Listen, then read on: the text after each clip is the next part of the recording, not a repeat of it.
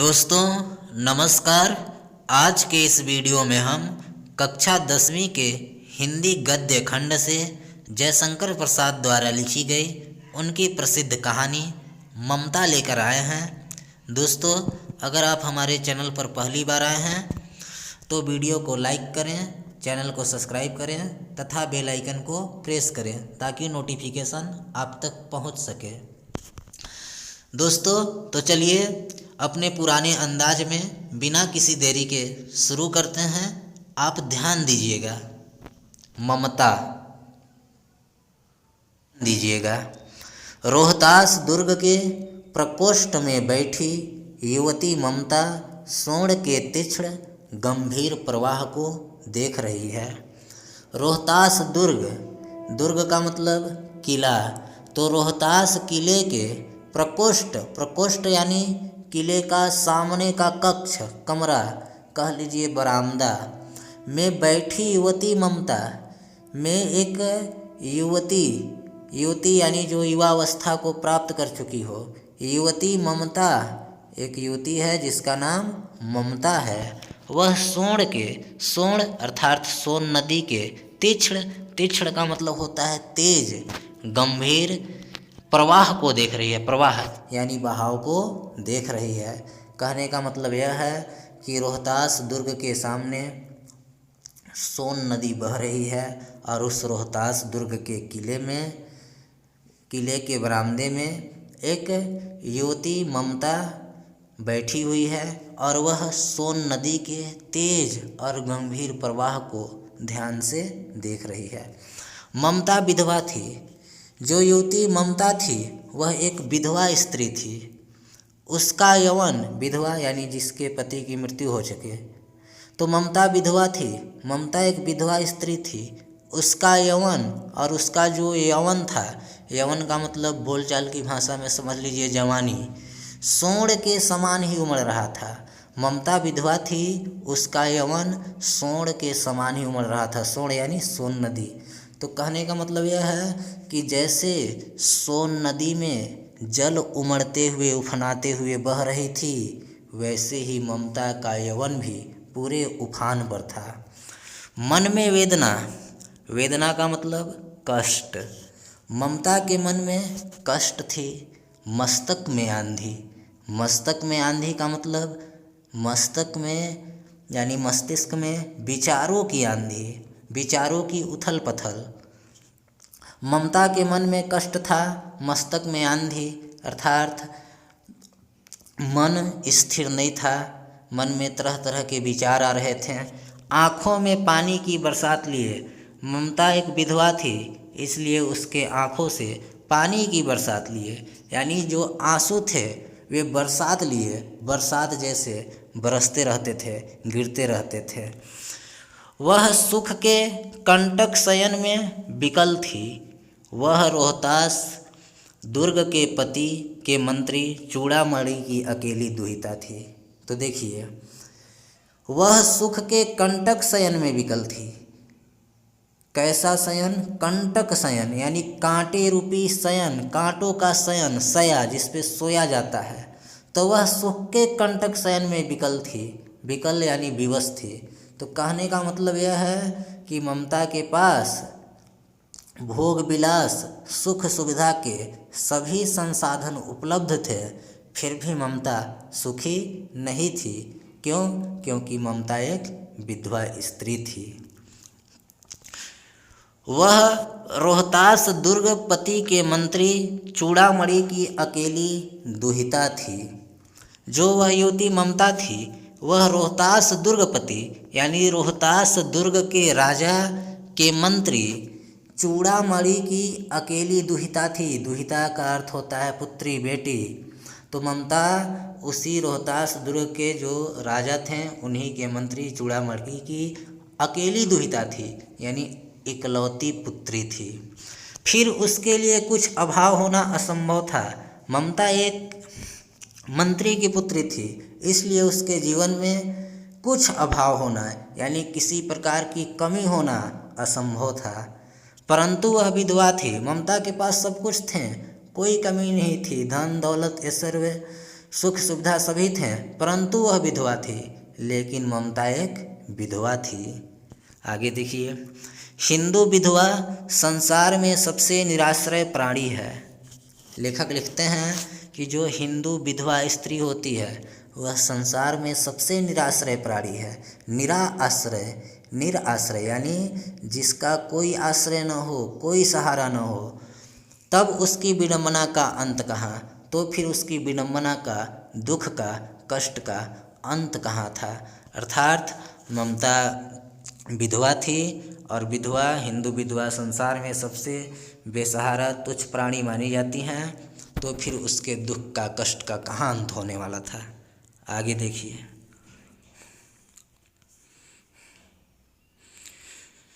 चूड़ामणि ने चुपचाप उसके प्रकोष्ठ में प्रवेश किया। चूड़ामणि, चूड़ामणि कौन? रोहतास के राजा के मंत्री और ममता के पिता। तो चूड़ामणि ने चुपचाप उसके प्रकोष्ठ में प्रवेश किया। ममता कहाँ थी? प्रकोष्ठ में, बरामदे में बैठी थी। तो जो ममता के पिता चूड़ामणि होते हैं वह चुपचाप धीरे से उसके कक्ष में आते हैं, कमरे में आते हैं। स्वर्ण के प्रवाह में, उसके कलनाद में अपना जीवन मिलाने में वह बेसुध थी। स्वर्ण के प्रवाह यानी सोन नदी के बहाव में, उसके कलनाद में, नाद का मतलब स्वर, और उसकी जो कल कल की, जो नदी बहती है तो कल कल की आवाज़ आती है, नाद मतलब स्वर, और उसके कल नाद में, कल स्वर में अपना जीवन मिला देने के लिए वह बेसुध थी, आतुर थी। पिता का आना न जान सकी, इसलिए ममता अपने पिता का आना नहीं जान सकी कि उसके पिता आए हैं। चूड़ामणि व्यथित हो उठे। व्यथित मतलब दुखी हो गए। जब चूड़ामणि ममता को इस तरह बेसुध देखते हैं, दुखी देखते हैं, हताश उदास देखते हैं तो व्यथित हो जाते हैं, उन्हें कष्ट होता है। स्नेह पालिता पुत्री के लिए क्या करें, यह स्थिर ना कर सकते थे। स्नेह पालिता, स्नेह पालिता का मतलब जिसे स्नेह से, प्रेम से पाला गया हो। तो ममता अपने पिता की स्नेह से पाली गई पुत्री थी। पुत्री के लिए क्या करे, यह स्थिर न कर सकते थे। जिस पुत्री को बड़े ही स्नेह से पाला पोसा था, अब उसके लिए क्या करें? चूड़ामणि स्थिर न कर सकते थे, चूड़ामणि तय नहीं कर सकते थे, उन्हें समझ में नहीं आता था। लौटकर बाहर चले गए। चूड़ामणि प्रकोष्ठ से निकलकर बाहर आ गए। ऐसा प्रायः होता, पर आज मंत्री के मन में बड़ी दुश्चिंता थी। दुश्चिंता यानी बुरी चिंता। ऐसा तो हमेशा होता था, पर आज मंत्री के मन में बड़ी दुश्चिंता थी, बहुत बड़ी चिंता थी, पैर सीधे न पड़ते थे। मंत्री इस तरह चिंतित थे कि उनके पांव जमीन पर सीधे नहीं पड़ रहे थे। जब व्यक्ति कोई विचारों में खोया रहता है, कोई चिंता करता रहता है, तो उसके पैर लड़खड़ा जाते हैं, वह बेसुध हो जाता है। तो यही स्थिति चूड़ामणि की थी अपनी पुत्री ममता को देखकर। आगे देखिए, एक पहर बीत जाने पर वे फिर ममता के पास आए। जब एक पहर का समय बीत गया तो चूड़ामणि फिर ममता के पास आते हैं। उस समय उनके पीछे 10 सेवक चांदी के बड़े, यहाँ सॉरी टाइप हो गया है, यहाँ थालो रहेगा। उस समय उनके पीछे 10 सेवक चांदी के बड़े थालों में कुछ लिए खड़े थे। तो जब एक पहर का समय बीत गया तो चूड़ामणि पुनः ममता के पास आते हैं, और इस बार चूड़ामणि के पीछे पीछे 10 सेवक, सेवक यानी नौकर चाकर, चांदी के बड़े बड़े थाल में, बर्तन में कुछ लेकर आते हैं, खड़े होते हैं। कितने ही मनुष्यों के पद शब्द सुन ममता ने घूम कर देखा। पद शब्द यानी पैरों की आवाज़। कितने ही मनुष्यों के पद शब्द सुन ममता ने घूम कर देखा। जब एक साथ ढेर सारे मनुष्यों के पद शब्द, पैरों की आवाज़ सुनाई दी तो ममता पीछे मुड़कर देखती है। मंत्री ने सब थालों को रखने का संकेत किया। फिर मंत्री चूड़ामणि उन सभी 10 थालों को रखने का संकेत करते हैं, इशारा करते हैं।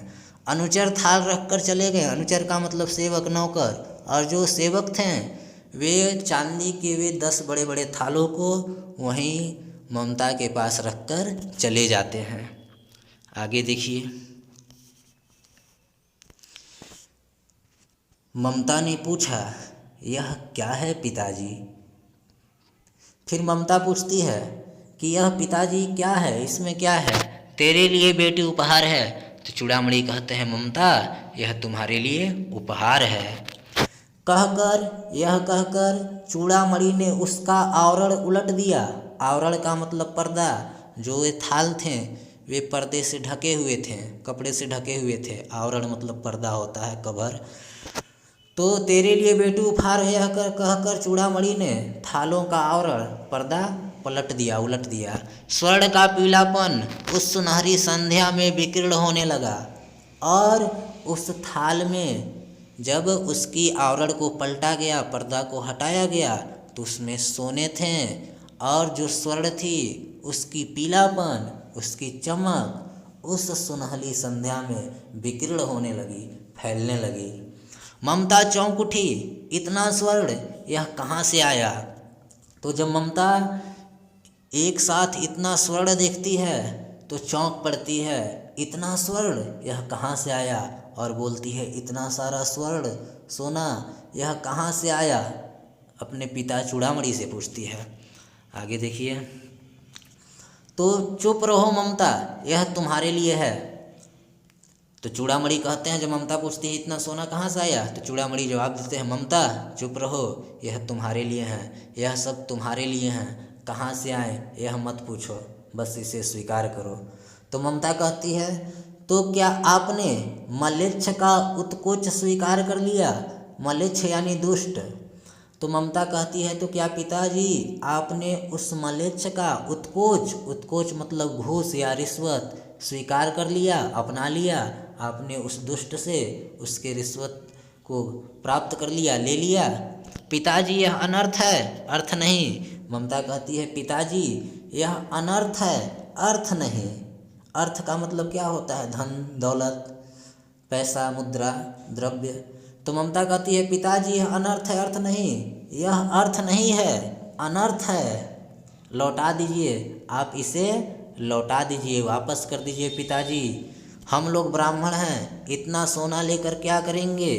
कहती है कि हम लोग एक ब्राह्मण हैं, हमें सोना नहीं चाहिए, हम इतना सारा सोना लेकर क्या करेंगे, इसका हमारे लिए क्या उपयोग है? आगे देखिए, तो चूड़ामणि जवाब देते हैं, इस पतनोन्मुख प्राचीन सामंत वंश का अंत समीप है बेटी। किसी भी दिन शेरशाह रोहिताश्व पर अधिकार कर सकता है, उस दिन मंत्रित्व न रहेगा, तब के लिए बेटी।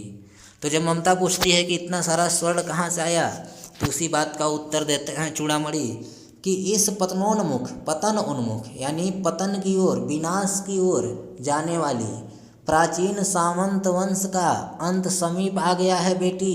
किसी भी दिन वह शेरशाह रोहिताश्व पर आक्रमण करके वहाँ अधिकार कर सकता है, उसे जीत सकता है। उस दिन मंत्रित्व न रहेगा, तो फिर उस दिन मेरी यह मंत्रित्व की पद नहीं रहेगी बेटी। उस दिन के लिए, तब के लिए बेटी, यानी उस दिन के लिए यह है, उस दिन यह सारा स्वर्ण हमारे काम आएगा।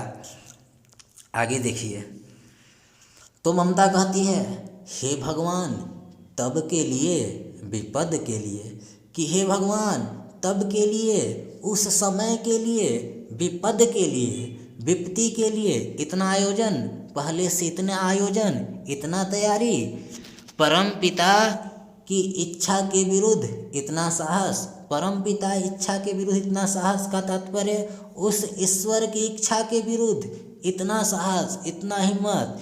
यानी जब भगवान हमारे जीवन में, हमारे भाग्य में कष्ट लिखे हों, तो कष्ट हमें भोगना ही पड़ेगा। उससे बचने की हम कितनी भी तैयारी कर ले, वह सफल नहीं होगी। ममता के कहने का तात्पर्य यह है, पिताजी क्या भीख न मिलेगी? पिताजी क्या हमें भीख नहीं मिलेगा? क्या कोई हिंदू भूपृष्ठ पर न बचा रह जाएगा? क्या कोई भी हिंदू भूपृष्ठ पर, इस संसार में, इस पृथ्वी पर ना बचा रह जाएगा, नहीं बचेगा जो ब्राह्मण को 2 मुट्ठी अन्न दे सके। जो हम इस ब्राह्मण की भूख को मिटाने के लिए हमें 2 मुट्ठी अन्न यानी अनाज दे सके। यह असंभव है, फेर दीजिए पिताजी। पिताजी यह असंभव है, मैं इसे नहीं स्वीकार करती। फेर दीजिए पिताजी, यानी आप इसे लौटा दीजिए। मैं काँप रही हूँ, इसकी चमक आँखों को अंधा बना रही है। मैं काँप रही हूँ और इसकी जो चमक है वह मेरे आँखों को अंधा बना रही है। आगे देखिए, मूर्ख है कहकर चूड़ामणि चले गए। चूड़ामणि कहते हैं मूर्ख है, किसे? ममता को। कहकर चूड़ामणि चले जाते हैं। दूसरे दिन जब डोलियों का तांता भीतर आ रहा था, अब दूसरे दिन की बात है। दूसरा दिन क्या हुआ? डोलियों का तांता भीतर आ रहा था, दुर्ग के अंदर आ रहा था। तांता का मतलब समूह, ढेर सारे डोली दुर्ग के अंदर आ रहे थे। ब्राह्मण मंत्री चूड़ामणि का हृदय धक धक करने लगा। एक साथ इतने सारे डोलियों को देखकर जो वह ब्राह्मण मंत्री चूड़ामणि थे, उनका हृदय भय से, संदेह से धक धक करने लगा। वह अपने को रोक न सका। इतने सारे डोलियों को देखकर चूड़ामणि को संदेह हुआ, वह अपने को रोक न सका। इसलिए संदेह को दूर करने के लिए वह खुद को नहीं रोक पाए। उसने जाकर रोहतास दुर्ग के तोरण पर डोलियों का आवरण खुलवाना चाहा। फिर चूड़ामणि क्या करते हैं? वह पूर्ण रूप से तसल्ली हो लेना चाहते हैं कि डोली में क्या है। उसने जाकर रोहतास दुर्ग के तोरण पर डोलियों का आवरण खुलवाना चाहा। फिर चूड़ामणि रोहतास दुर्ग के तोरण पर यानी द्वार पर पहुंच जाते हैं, डोलियों का आवरण खुलवाना चाहा और फिर वे जो डोली थे उसके आवरण यानी पर्दे को हटवाना चाहते हैं। पठानों ने कहा यह महिलाओं का अपमान करना है। तो जब चूड़ामणि डोलियों का आवरण पर्दे को हटवाकर अंदर देखना चाहते हैं कि अंदर क्या है, तो पठानों ने कहा यह महिलाओं का अपमान करना है। तो पठान ऐसा करने से मना कर देते हैं और कहते हैं कि यह महिलाओं का अपमान करना है कि महिलाएं पर्दे में रहती हैं, हम पर्दे को नहीं हटाएंगे। आपकी यह बात महिलाओं के लिए अपमानजनक है, महिलाओं के लिए अपमान करने के बराबर है। बात भी बढ़ गई पठानों में और ब्राह्मण मंत्री चूड़ामणि में, बात बढ़ गई। यानी दोनों ओर से बात से बात हमले किए जाते हैं बातों द्वारा। तलवारें खींची, फिर तलवार निकाली जाती हैं, मार काट होता है। ब्राह्मण वहीं मारा गया और जो ब्राह्मण यानी जो चूड़ामणि होता है वहीं पठानों द्वारा मारा जाता है। और राजा रानी और कोस और जो राजा थे, वहाँ की रानी थी, कोस थे, सब छली का मतलब सभी उस धोखेबाज शेर शाह के हाथ पड़े, यानी उसके बंधक बन जाते हैं। कहने का मतलब जो वे डोलियों का तांता था उसमें महिलाएं नहीं थीं, बल्कि मुगल सैनिक थे, पठान सैनिक थे। निकल गई ममता। अब बच गई कौन? ममता, क्योंकि जितने सारे डोली में पठान सैनिक थे वे सबको बंधक बना लिए, वहाँ पर अधिकार कर लिए, राजा रानी को सबको पकड़ लिए। लेकिन बच गई केवल ममता। वह धीरे से बचकर किसी तरह से वहाँ से निकल जाती है। डोली में भरे हुए पठान सैनिक और जो डोली में पठान सैनिक भरे हुए थे दुर्ग भर में फैल गए, पूरे किले में फैल जाते हैं, पर ममता न मिली। लेकिन ममता नहीं मिलती है, उसका कोई पता नहीं होता है, बच जाती है अकेली युवती ममता। अब आगे देखिए। अब यहाँ से कहानी का दूसरा भाग शुरू होता है, ध्यान दीजिएगा। काशी के उत्तर में धर्मचक्र विहार मौर्य और गुप्त सम्राटों की कीर्ति का खंडहर था। समझिएगा, काशी यानी बनारस के उत्तर में, उत्तर दिशा में धर्मचक्र विहार का अर्थ, धर्मचक्र विहार बौद्ध धर्म का एक प्रतीक है। तो धर्मचक्र विहार बौद्ध धर्म का प्रतीक है, तो यहाँ समझ लीजिए बौद्धों की, बौद्ध यानी बौद्ध धर्म के अनुयायी। धर्मचक्र विहार का संबंध बौद्ध से है, तो यहाँ बौद्ध हो गया। फिर मौर्य और गुप्त सम्राटों की, और जो गुप्त सम्राट थे, राजा थे, उनके कीर्ति का खंडहर। उन्होंने कीर्ति के रूप में जो काशी के उत्तर में बड़े बड़े महल, इमारत और स्मारक बनवाए थे, कीर्ति का खंडहर था। अब वह उनकी कृति की प्रतीक ये सब भवन, इमारत खंडहर में बदल गए थे, टूट फूट गए थे, जीर्ण शीर्ण हो गए थे। समझ गए होंगे। भग्न चूड़ा, भग्न यानी टूटा हुआ, चूड़ा, चूड़ा मतलब शिखर यानी सबसे ऊपरी भाग। अभी यहाँ पे समझेंगे आप। तृण गुल्मो, तृण का मतलब घास, गुल्म का मतलब समूह, यानी घासों के समूहों से या घासों से कह लीजिए। ढके हुए प्राचीर, प्राचीर का मतलब दीवार, तो यहाँ पे समझिएगा, ऐसी दीवार भग्न चूड़ा जिसके शिखर टूट गए हो, तृण गुल्मों से ढके, और जो घास फूस से ढक गई हो, ढक गई थी। ईंटों के ढेर में बिखरी हुई भारतीय शिल्प की विभूति, और जो भारतीय शिल्प कला की प्रतीक थी वह जीर्ण शीर्ण होकर ईंटों के ढेर में बिखरी हुई, ईंटों के ढेर में तब्दील हो गई थी, बदल गई थी। समझ गए होंगे।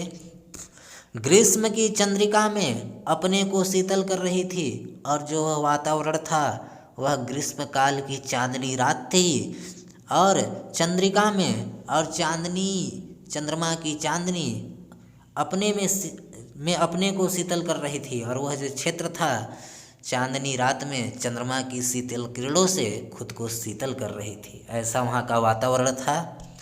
समझ गए होंगे। आगे देखिए। जहाँ पंचवर्गीय भिक्षु गौतम का उपदेश ग्रहण करने के लिए पहले मिले थे, कहाँ मिले थे? सारनाथ में, बनारस के सारनाथ में। तो जहाँ पंचवर्गीय भिक्षु यानी जो 5 भिक्षु थे, वे भगवान गौतम यानी बुद्ध का उपदेश ग्रहण करने के लिए सारनाथ में जिस स्थान पर सबसे पहले मिले थे, उसी स्तूप के नीचे, उसी स्तूप के भग्नावशेष में, यानी भग्नवा अवशेष, भगन अवशेष यानी टूटे फूटे अवशेषों की मलिन छाया में, मलिन धुंधली छाया में, एक झोपड़ी के दीपालोक में, एक झोपड़ी के भीतर दीपालोक में, दीप आलोक यानी दीपक के प्रकाश में एक स्त्री पाठ कर रही थी, एक स्त्री बैठकर पाठ कर रही थी। क्या पाठ कर रही थी? देखिए। अनन्यास चिंतयन्तो माम ये जना परुपास्यते। यह गीता का एक श्लोक है। श्री कृष्ण कहते हैं कि माम ये जना, कि जो लोग मेरी अनन्यस्य चिंतयन्तो, अन्य भाव से चिंतन करते हैं, परुपास्यते चिंतन करते हैं, आराधना करते हैं, मैं उनका कुशल क्षेम रखता हूँ। पाठ रुक गया, पाठ पूरी नहीं हो पाई ये वाली, ये तब तक पाठ रुक गया। पाठ अचानक वह जो स्त्री होती है पाठ करना अचानक रोक देती है। एक भीषण, भीषण का मतलब भयानक और हताश, डरा देने वाली आकृति, आकार दीप के मंद प्रकाश के सामने खड़ी थी। दीपक के मंद मंद हल्के प्रकाश के सामने आकर खड़ी हो गई। स्त्री उठी। वह स्त्री जो दीपक के प्रकाश में पाठ कर रही थी, स्त्री उठी, वह उठ जाती है। उसने कपाट बंद करना चाहा, वह जल्दी से जाती है और अपनी जो कपाट होती है यानी दरवाजे को, उसे बंद करना चाहती है। परंतु उस व्यक्ति ने कहा, परंतु उस व्यक्ति ने, कौन से व्यक्ति ने? जो अभी तुरंत आया था, बाहर खड़ा था।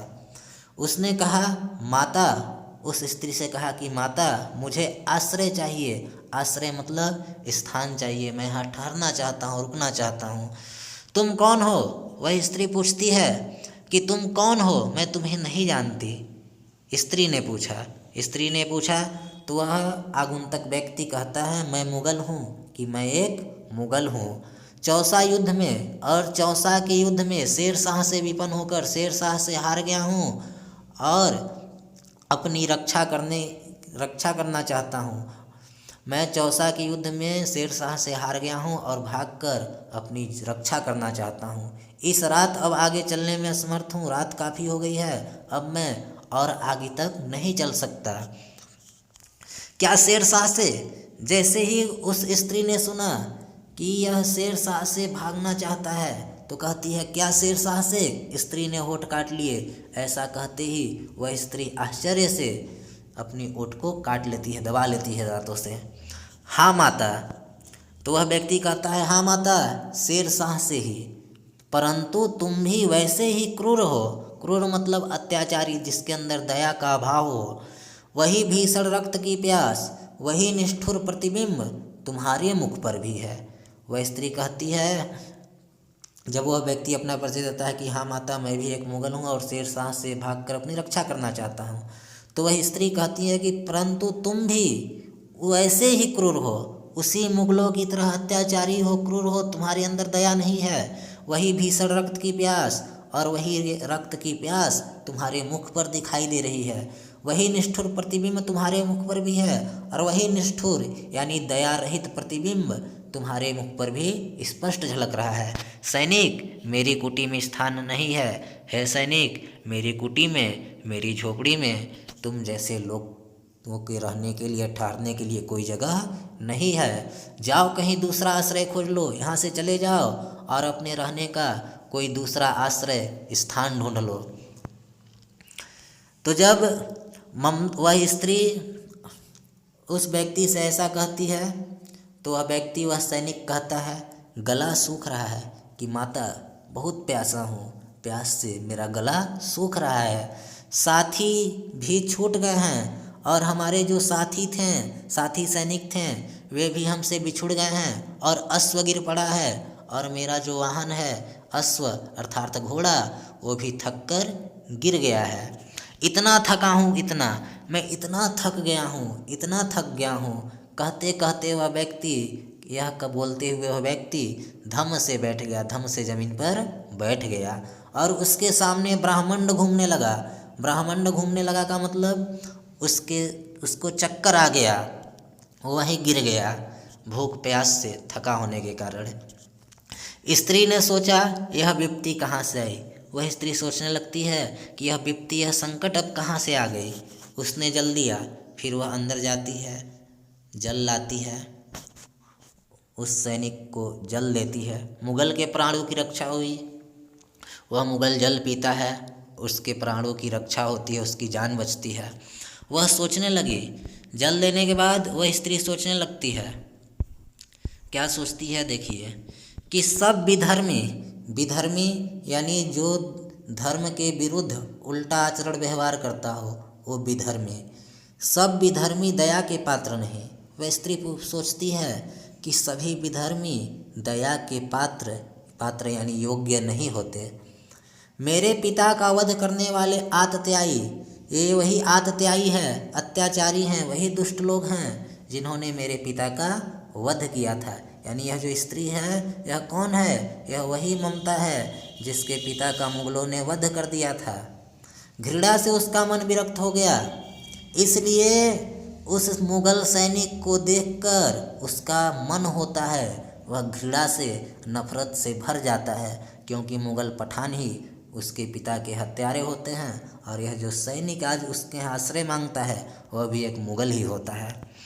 आगे देखिए, स्वस्थ होकर मुगल ने कहा, माता, तो फिर मैं चला जाऊं? तो जब वह मुगल स्वस्थ हो गया, ठीक हो गया, तो वह कहता है उस स्त्री से कि माता, तो फिर मैं चला जाऊं? तो फिर मैं जाता हूं। स्त्री विचार कर रही थी, वह स्त्री विचार कर रही थी, सोच रही थी। देखिए क्या सोच रही थी, कि मैं ब्राह्मणी हूँ, कि मैं एक ब्राह्मण स्त्री हूँ, मुझे तो अपने धर्म अतिथि देव का उपासना का पालन करना चाहिए। मुझे तो अपने धर्म, जो मुझ ब्राह्मणी का धर्म है, कौन सा धर्म? अतिथि देव, कि अतिथि देव होते हैं, उपासना का पालन करना चाहिए, उसकी उपासना हमें करनी चाहिए। परंतु यहाँ नहीं, परंतु यह बात यहाँ लागू नहीं होती। अब उसके मन में दो तरह के विचार हो रहे थे। एक तरफ उसके मन में उस मुगल के प्रति घृणा का भाव भी उत्पन्न हो गया था, और दूसरी तरफ वह ऐसा भी सोच रही थी कि मैं एक ब्राह्मणी हूँ और अतिथि की सेवा करना मेरा धर्म है, तो मुझे अपने इस कर्तव्य का पालन करना चाहिए, और दूसरी तरफ मन कर रहा था कि इसे आश्रय नहीं देना चाहिए। तो इसी तरह के उथल पुथल मन में चल रहा था। नहीं नहीं, सब विधर्मी दया के पात्र नहीं, कि नहीं नहीं, सब विधर्मी यानी जो धर्म के विरुद्ध आचरण करते हैं वे दया के योग्य नहीं होते। परंतु दया तो नहीं डैश डैश, परंतु यहाँ दया की बात नहीं है। मुझे अपना कर्तव्य, कौन सा कर्तव्य? अतिथि देव, कि अतिथि देव होते हैं, उस कर्तव्य को करना है। तब तो मुझे इसे आश्रय देना ही होगा। अगर मुझे अपने कर्तव्य का पालन करना है, अपने धर्म का पालन करना है, तो मुझे इसे आश्रय देना चाहिए। आगे देखिए, मुगल अपनी तलवार टेक कर खड़ा हुआ। फिर वह जो मुगल होता है अपनी तलवार टेक कर यानी तलवार के सहारे खड़ा होता है। ममता ने कहा, ममता कहती है, क्या आश्चर्य है कि तुम भी छल करो, धोखा करो, ठहरो, रुको। तो वह मुगल कहता है, छल नहीं, तब नहीं स्त्री, कि छल नहीं, मैं छल नहीं कर सकता।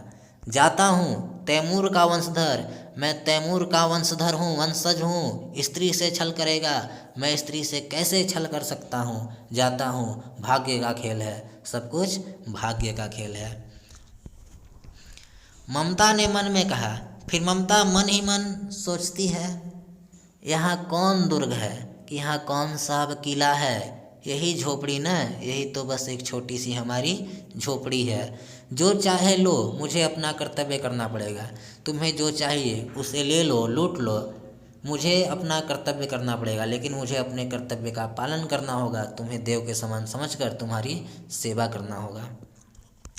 वह बाहर चली आई। ऐसा सोचकर ममता दरवाजे से बाहर निकलती है और मुगल से बोली, और फिर मुगल से कहती है, जाओ भीतर थके हुए भयभीत पथिक, कि हे थके हुए और डरे हुए पथिक, पथिक का मतलब यात्री, जाओ भीतर।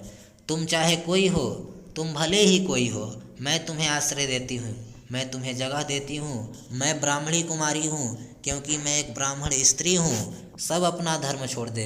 अगर सब लोग अपना धर्म छोड़ भी दें तो मैं भी क्या छोड़ दूँ, यानी तो भी मैं नहीं छोड़ सकती। मैं अपने धर्म का पालन करूँगी। तुम आओ, मैं तुम्हें आश्रय देती हूँ।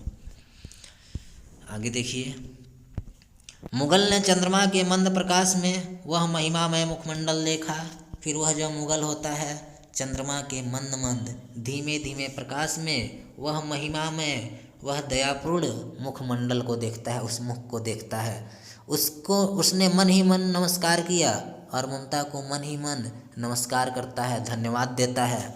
ममता पास की टूटी हुई दीवार में चली गई।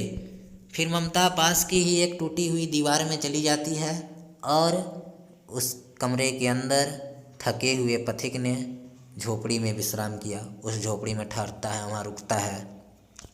आगे देखिए, प्रभात में खंडहर की संधि से ममता ने देखा सैकड़ों अश्वारोही उस प्रांत में घूम रहे हैं। रात बीत जाती है, अब सुबह होती है। तो प्रभात की खंडहर की संधि से, प्रभात में खंडहर की संधि से, यानी जब सुबह होता है तो जो खंडहर होती है, दीवार होती है, उसकी संधि से, उसकी सुराख से ममता बाहर देखती है कि सैकड़ों अश्वारोही यानी घुड़सवार उस प्रांत में घूम रहे हैं, वहाँ पे घूम रहे हैं। वह अपनी मूर्खता पर अपने को कोसने लगी। इतने सारे घुड़सवार सैनिक देखकर ममता खुद की मूर्खता पर अपने आप को कोसने लगती है कि मैंने शायद इस सैनिक को अपनी कुटी में स्थान देकर उचित नहीं किया, मैंने यह काफ़ी गलत कर दिया। अब मैं कौन से संकट में फंस गई, इसलिए खुद को कोसने लगी। आगे देखिए, अब उस झोपड़ी से निकलकर उस पथिक ने कहा, मिर्जा मैं यहाँ हूँ। अब क्या होता है कि उस झोपड़ी के भीतर से उस पथिक ने यानी वह मुगल सैनिक बाहर निकलता है और कहता है कि मिर्जा मैं यहाँ हूँ। शब्द सुनते ही प्रसन्नता की चित्कार ध्वनि से वह प्रांत गूंज उठा और जैसे ही यह शब्द निकलता है कि मुगल मिर्जा मैं यहाँ हूँ, तो प्रसन्नता की चित्कार ध्वनि से वह प्रांत गूंज उठा। यानी जितने अश्वारोही होते हैं वह खुशी से चिल्ला पड़ते हैं और सारा जो वह प्रांत होता है, क्षेत्र होता है, खुशी की चित्कार ध्वनि से, चिल्लाहट से, तेज आवाज़ से गूंज पड़ता है। ममता अधिक भयभीत हुई, ममता अधिक डर जाती है। पथिक ने कहा, वह स्त्री कहाँ है? फिर वह पथिक जो ममता के झोपड़ी में विश्राम किया था वह पूछता है कि वह स्त्री कहाँ है, उसे खोज निकालो, उसे ढूंढो। ममता छिपने के लिए अधिक सचेष्ट हुई। ममता जब सुनती है कि यह मुझे ढूंढने का आदेश दे रहा है तो डर जाती है और छिपने के लिए अधिक सचेष्ट हुई, यानी प्रयास करती है। वह मृगदाव में चली गई, यानी वह मृगदाव यानी वह धीरे धीरे मृगदाव में वहाँ से चली जाती है। मृगदाव का मतलब समझ लीजिए गुफा में, खंडहर में। मृग का मतलब हिरण होता है, मृगदाव हिरण के रहने का जगह, यानी गुप्त स्थान में चली जाती है। दिन भर उसमें से न निकली। फिर ममता खंडहर के उस गुप्त जगह से दिन भर बाहर नहीं निकलती है। संध्या में जब उन लोगों के जाने का उपक्रम हुआ, वे सभी दिन भर ममता की तलाश करते हैं, प्रतीक्षा करते हैं। जब ममता नहीं आती तो वे लोग जब शाम होता है, संध्या होती है, तो वहाँ से जाने लगते हैं। तो ममता ने सुना, जब वे लोग वहाँ जा रहे थे तो ममता वहीं कहीं छिपी हुई थी ना, तो वह सुनती है कि पथिक घोड़े पर सवार होते हुए कह रहा है मिर्जा, कि वह जो पथिक है जिसने मेरी कुटिया में विश्राम किया था, वह घोड़े पर बैठते समय सवार होते हुए कह रहा है कि मिर्जा, उस स्त्री को मैं कुछ दे न सका, कि मैं उस स्त्री को कुछ नहीं दे पाया। किस स्त्री को? उसी ममता को। उसका घर बनवा देना, उस स्त्री का तुम यहाँ पर घर बनवा देना, क्योंकि मैंने विपत्ति में यहाँ विश्राम पाया था। विपत्ति यानी संकट, क्योंकि मैंने अपने संकट में, दुख के घड़ी में इसी स्त्री के झोपड़ी में विश्राम पाया था। यह स्थान भूलना मत, तुम इस स्थान को मत भूलना, तुम यहाँ पर उसका घर बनवा देना। इसके बाद वे चले गए। इतना कहकर वे सैनिक और सभी अश्वारोही घुड़सवार लोग वहाँ से चले जाते हैं। आगे देखिए। चौसा के मुगल पठान युद्ध को बहुत दिन बीत गए। अब चौसा का मुगल और पठानों के बीच जो युद्ध हुआ था उसके बहुत दिन बीत गया। ममता अब 70 वर्ष की वृद्धा है, और जो अब युवती ममता थी 70 वर्ष की वृद्धा है, 70 वर्ष की बूढ़ी हो चुकी है। वह अपनी झोपड़ी में एक दिन पड़ी थी। ममता एक दिन अपने झोपड़ी में पड़ी थी, यानी लेटी हुई थी। शीतकाल का प्रभात था, यानी ठंड का मौसम था, और सुबह सुबह का वातावरण था। उसका जीर्ण कंकाल, यानी उसका जीर्ण शीर्ण कमज़ोर कंकाल हड्डियाँ खांसी से गूंज रहा था, यानी ममता कमज़ोर हो गई थी, और जब वह खांस रही थी तो उसका जो कंकाल था खांसने के कारण हिल रहा था। ममता की सेवा के लिए गांव की 2-3 स्त्रियां उसे घेर कर बैठी थी, और ममता की इस अवस्था में उसकी सेवा के लिए, उसकी देखभाल के लिए, उसके उपचार के लिए गांव की 2-3 स्त्रियां थी जो ममता के पास ही उसे घेर कर बैठी थी, क्योंकि वह आजीवन सबके दुख सुख की सहभागिनी रही। यह स्त्रियां जो बैठी थी ममता के पास उसकी देखभाल के लिए इसलिए बैठी थीं क्योंकि ममता भी आजीवन, पूरे जीवन आसपास के सभी लोगों के दुख सुख में सहभागिन रही थी, शामिल रही थी। इसलिए जब आज उसके पास दुख आया तो और लोग उसके साथ हैं, उसकी देखभाल कर रहे हैं। आगे देखिए। ममता ने जल पीना चाहा। ममता जल पीना चाहती है। एक स्त्री ने सीपी से जल पिलाया। फिर जो एक स्त्री होती है वह सीपी से, सीपी नदी में बालू में पाया जाता है, बच्चों ने हम लोग चम्मच बना के खेलते थे, वही वाली सीपी। तो ममता जल पीने का इशारा करती है। एक जो स्त्री होती है वह सीपी से ममता को जल पिलाती है। सहसा एक अश्वारोही उसी झोपड़ी के द्वार पर दिखाई दिया। अचानक एक अश्वारोही घुड़सवार ममता के उसी झोपड़ी के दरवाजे पर दिखाई देता है। वह अपनी धुन में कहने लगा, और वह जो घुड़सवार होता है अपनी धुन में कहने लगा, यानी अपनी धुन में कहने लगा, यानी खुद से कहने लगता है कि मिर्जा ने जो चित्र बना कर दिए हैं, कि मिर्जा ने जो हमें चित्र बना कर दिया है वह तो इसी जगह का होना चाहिए, वह चित्र, वह नक्शा तो इसी किसी जगह का होना चाहिए। वह बुढ़िया मर गई होगी। बुढ़िया मर गई होगी। कौन बुढ़िया? ममता, क्योंकि अब काफ़ी समय हो बीत गया ना, अब ममता 70 साल की हो गई। तो वह सैनिक सोचता है, घुड़सवार जो बाहर आता है उस नक्शे को लेकर, वह कहता है कि अब तक तो वह बुढ़िया मर गई होगी।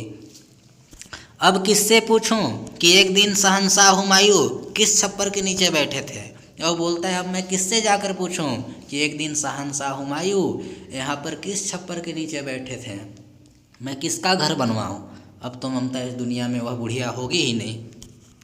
यह घटना भी तो 47 वर्ष के ऊपर की हुई। और यह जो घटना है, कौन सी घटना? जब शहंशाह हुमायूं शेर शाह से जान बचाने के लिए भाग रहे थे और यहीं किसी छप्पर के नीचे रात्रि विश्राम किए थे। अब ये घटना के बीते भी तो 47 साल से ऊपर का समय हो गया। आगे देखिए, ममता ने अपने विकल कानों से सुना। ममता उस घुड़सवार के इन बातों को अपने व्याकुल कानों से सुनती है।